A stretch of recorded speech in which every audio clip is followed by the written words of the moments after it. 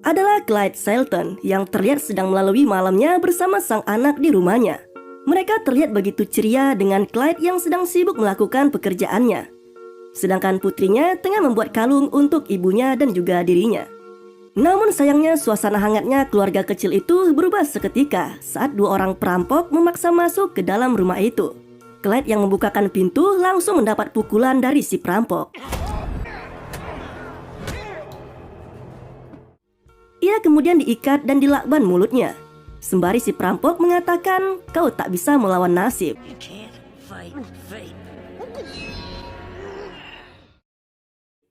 Naasnya, perlakuan buruk juga tidak hanya dilakukan pada Clyde saja.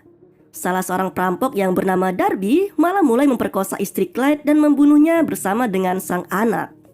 Sedangkan satu perampok lagi yang bernama Ames sempat melarang Darby untuk melakukan aksi bejat itu.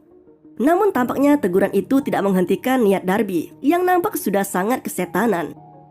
Di kantor kuasa hukumnya, Clyde sempat dikejutkan oleh Nick yang mengatakan bahwa Darby ternyata malah memberikan keterangan jika yang menjadi pelaku pembunuhan dan pemerkosaan adalah Ames. Sialnya lagi, Darby yang sejatinya adalah otak dari kasus kemarin malah hanya mendapatkan hukuman 5 tahun penjara. Sedangkan Ames yang hanya menjadi anak buah Darby justru mendapatkan hukuman mati atas kasusnya. Clyde juga sempat menyerahkan hasil tes DNA dan segala pembelaan yang ia punya. Namun tampaknya semua itu hanya akan sia-sia saja, karena jaksa tidak bisa menerima semua itu sebagai bukti. Di ruang sidang, Bill yang menjadi kuasa hukum dari Darby nampaknya telah bekerja dengan cukup baik, karena ia berhasil membuat kliennya hanya mendapat hukuman 5 tahun penjara saja. Sedangkan Ames harus menerima hukuman mati setelah menjalani masa kurungan selama 10 tahun. Hasil putusan itu juga nampaknya telah membuat Darby cukup puas atas kinerja kuasa hukumnya. Darby yang sangat picik dan seolah kebal hukum itu juga sempat mengatakan pada Nick bahwa kuasa hukum Clyde itu tak bisa melawan nasibnya. Bahkan penjahat itu sempat-sempatnya melayangkan jabat tangan pada Nick di luar area persidangan, tepat ketika banyak wartawan mulai mencecari mereka tentang seputar jalannya persidangan tadi. Sialnya momen itu malah dilihat oleh Clyde dari kejauhan yang membuatnya nampak begitu kesal dengan semua yang telah dilaluinya. Mulai dari hukum yang dianggap tak adil hingga orang-orang di dalamnya, tak terkecuali dengan Nick sendiri yang dinilai tidak niat dalam menegakkan keadilan di kasus ini. Tanpa terasa 10 tahun pun berlalu dan ini menjadi hari dilakukannya eksekusi mati pada Ames. Namun naasnya, eksekusi yang harusnya berjalan tanpa rasa sakit itu malah berubah menjadi adegan pembunuhan yang mengerikan, karena narapidana tersebut malah merasakan sakit yang luar biasa hingga mengalami kebocoran saluran darah dan kemudian ia pun meregang nyawanya. Merasa adanya kejanggalan dalam eksekusi tadi, Nick dan pihak kepolisian sempat mempertanyakan soal insiden tersebut. Namun kemudian seorang polisi menemukan adanya kantong cairan yang diduga telah ditukar dengan sebuah racun dan digunakan dalam eksekusi tadi. Menariknya, di kantong cairan itu tertera tulisan "tak bisa melawan nasib", yang kemudian mengingatkan Nick kembali pada Darby ketika penjahat itu sempat mengatakan kalimat tersebut padanya 10 tahun lalu. Di waktu yang sama, Darby yang sedang menikmati narkoba di tempat tinggalnya, ia juga nampaknya sempat menonton berita tentang jalannya eksekusi mati pada Ames, yang dulu merupakan anak buahnya. Namun tak lama kemudian HP-nya berdering tanpa diketahui siapa orang yang menelponnya itu. Dalam telepon tersebut, suara misterius nampak sedang mencoba untuk memberikan informasi pada Darby bahwa tak lama lagi polisi akan datang menjemputnya karena kasus penyalahgunaan narkoba.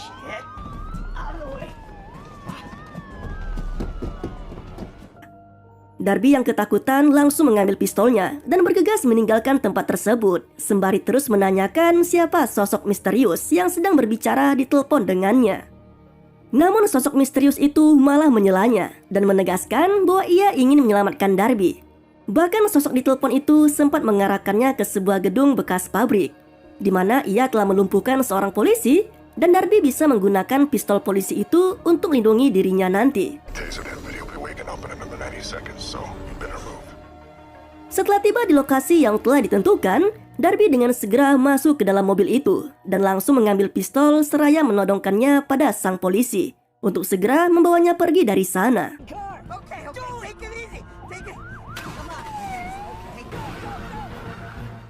Di lokasi berikutnya, Darby meminta polisi itu untuk keluar dari mobil dan nampak akan mengeksekusi polisi tersebut. Namun polisi itu sempat memohon agar ia tidak dibunuh karena ia masih harus menghidupi istri dan anaknya. Seolah tak peduli dengan hal itu, Darby malah mengangkat HP-nya karena mendapat telepon dari sosok misterius tadi. Betapa terkejutnya Darby setelah mendapati bahwa ternyata si penelpon misterius tersebut adalah polisi itu sendiri yang kini melepaskan atribut penyamarannya. Dan ternyata ia adalah Clyde.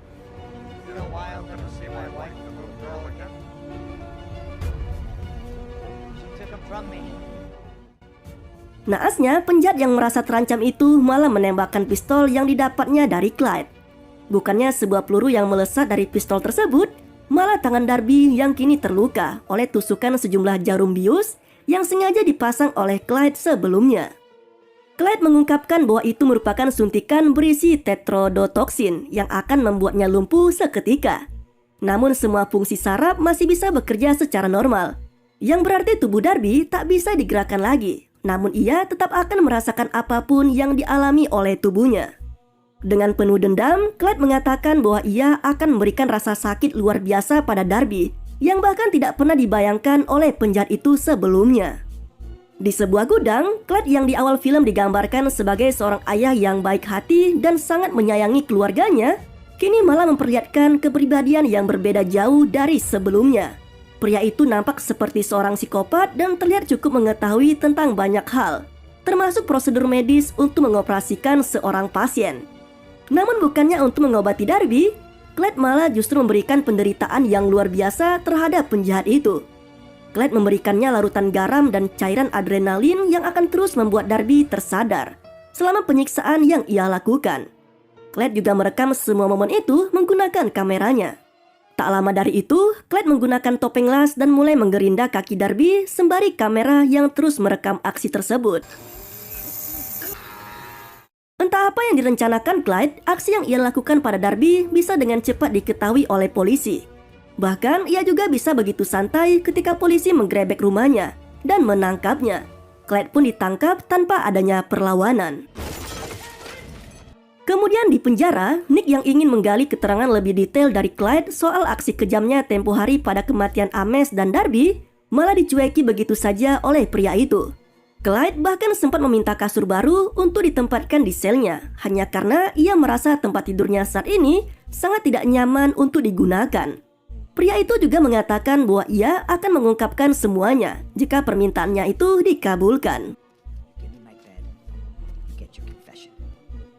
Meski awalnya menolak untuk menuruti permintaan konyol itu, namun mengingat pentingnya kasus pembunuhan yang terjadi pada Ames dan Darby, akhirnya Nick pun mengabulkan permintaan Clyde.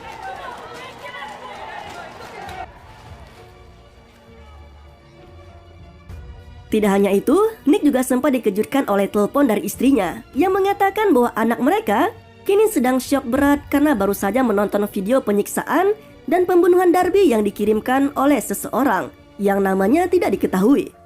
Sayangnya, sosok yang menjadi eksekutor dalam video itu tidak bisa dipastikan identitasnya karena ia mengenakan topeng las sepanjang aksi yang direkamnya.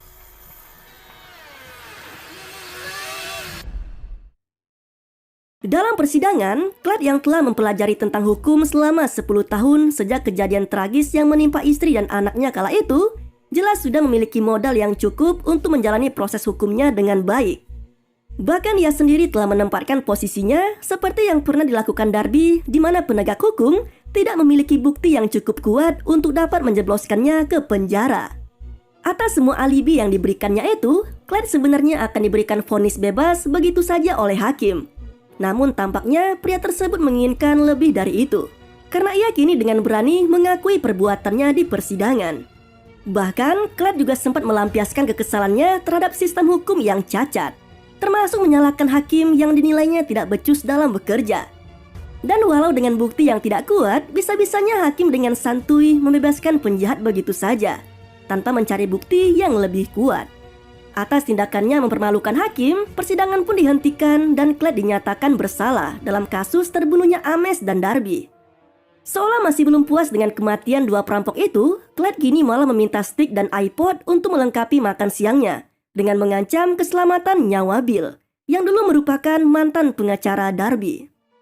Menyadari kemungkinan akan hal buruk yang bisa saja terjadi pada pengacara itu, Nick dan pihak kepolisian pun akhirnya menyetujui permintaan Clyde. Namun sialnya, mereka justru meremehkan permintaan Clyde. Dan mereka sengaja terlambat 8 menit dari waktu yang telah ditetapkan oleh Clyde. Dan ia hanya bisa mengingatkan bahwa dirinya tidak bisa menjamin keselamatan Bill.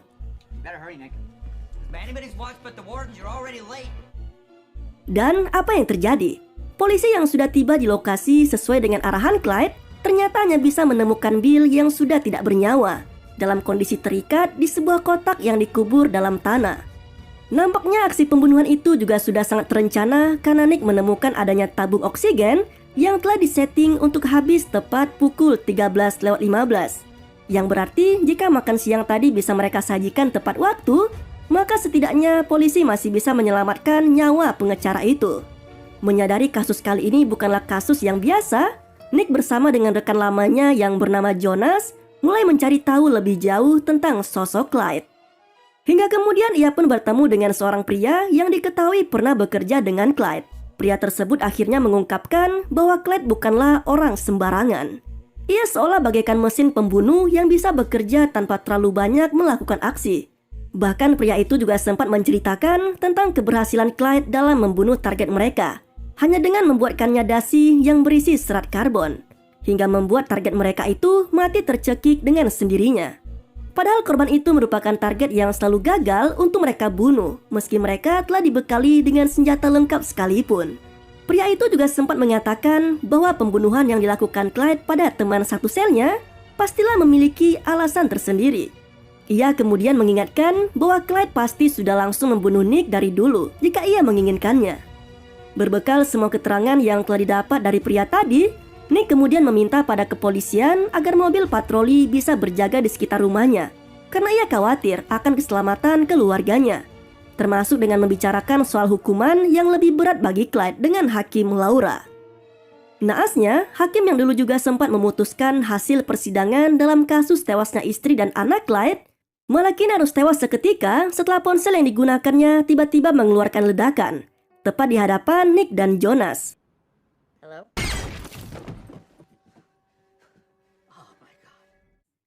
Mengetahui bahaya yang ditimbulkan oleh serangkaian aksi Clyde, Nick pun kembali menginterogasi narapidana itu atas kejahatan yang baru saja dilakukannya pada Hakim Laura.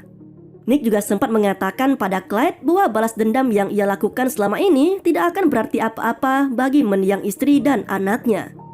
Namun Clyde malah berdalih jika semua itu dilakukannya semata agar sistem peradilan dan hukum yang cacat selama ini bisa dibenahi. Tidak hanya itu, Clyde juga kembali mengajukan permintaannya pada Nick. Namun kali ini jauh berbeda dari sebelumnya.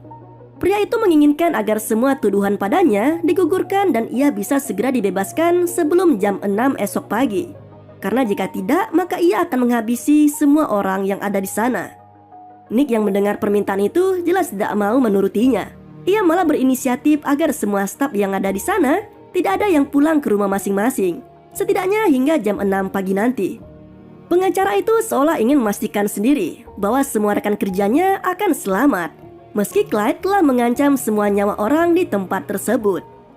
Naasnya, ketika jam telah lewat dari pukul 6 pagi dan tidak terjadi hal buruk seperti yang sempat dikatakan Clyde kemarin, para staf yang akan bergegas pulang malah harus menemui ajalnya.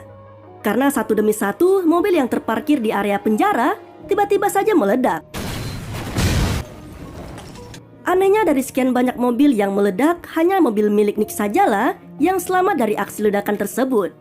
Bahkan ketika mobil lainnya kedapatan telah ditanam peledak di tangki bahan bakarnya, namun tidak dengan mobil Nick, yang justru tidak ditemukan adanya peledak satupun di dalamnya.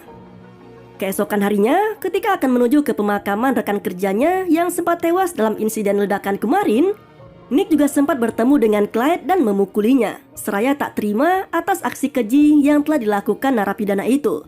Namun secara mengejutkan, Clyde malah mengaku akan terus melakukan aksi tersebut pada semua penegak hukum yang tidak becus dalam menjalankan tugasnya, termasuk ambisinya untuk merubah sistem peradilan yang dianggapnya sangat bobrok. Saat acara pemakaman telah selesai, rombongan mobil yang digunakan Nick dan yang lainnya tiba-tiba saja mogok. Dan diketahui bahwa aksi tersebut berasal dari sebuah robot yang dikendalikan dari jarak jauh.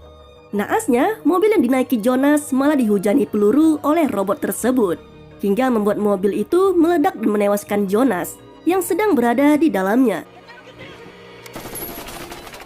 Seolah tak mau menyerah begitu saja, Nick masih terus menggali informasi apapun yang berhubungan dengan Clyde, termasuk semua transaksi yang sempat dilakukan oleh pria itu selama 10 tahun terakhir.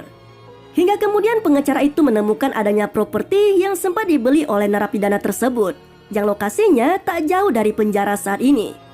Bersama dengan rekan kerjanya, Nick mulai memasuki tempat itu, dan mereka terkejut karena di sana terdapat banyak sekali peralatan yang diyakini selalu digunakan oleh Clyde dalam merancang aksinya, termasuk juga beberapa peralatan militer yang ditemukannya di tempat itu. Tidak hanya itu saja, Nick juga menemukan adanya terowongan yang tersembunyi yang ternyata memiliki jalur bawah tanah yang terhubung ke tiap sel. Dari situ juga akhirnya Nick mengetahui bahwa Clyde kini sedang tidak berada di selnya lagi. Ditambah lagi dengan ditemukannya catatan Clyde yang kini sedang berencana untuk meledakkan kantor balai kota. Tanpa membuang waktu, Nick dan rekan polisinya langsung bergegas menuju ke lokasi yang diyakini menjadi target Clyde selanjutnya, yaitu gedung balai kota. Di waktu yang sama, terlihat Clyde yang sudah berhasil masuk ke gedung balai kota dan menempatkan bom di sana. Sementara Nick dan rekannya yang baru tiba kini berhasil mendapati adanya bom dengan berdaya hancur yang sangat besar yang dikendalikan menggunakan ponsel dari jarak jauh. Salah satu rekannya juga sempat mengatakan bahwa kemungkinan hanya ada jeda sekitar 30 detik saja bagi bom tersebut untuk meledak setelah diaktifkan melalui panggilan ponsel. Kembali ke Clyde, ia yang telah kembali ke ruang rahasianya malah kini dikejutkan oleh sosok Nick yang ternyata telah ada di sana lebih dulu darinya. Di sana Nick sempat ingin menyadarkan Clyde dan menyarankannya agar bisa kembali menjalani hidup seperti biasanya tanpa harus terpaku pada ambisinya. Namun tampaknya saran itu tak digubris olehnya. Bahkan Clyde tanpa ragu melakukan panggilan dari ponselnya yang merupakan pemicu ledakan dari bom yang sempat dipasangnya di gedung balai kota. Melihat aksi tersebut, Nick pun bergegas keluar dari tempat itu. Yang ternyata diketahui bahwa bom yang sempat dibuat Clyde kini telah dipindahkan oleh pengacara itu tepat di bawah ranjang tersebut. Nick pun mengunci rapat-rapat pintu itu. Sementara Clyde kini dibuat panik karena bunyi panggilan yang ia lakukan malah terdengar berasal dari bawah ranjangnya sendiri. Tak lama kemudian, ledakan besar pun terjadi. Dan Clyde hanya bisa memandangi gelang buatan anaknya sembari menunggu ajal menjemputnya di sana.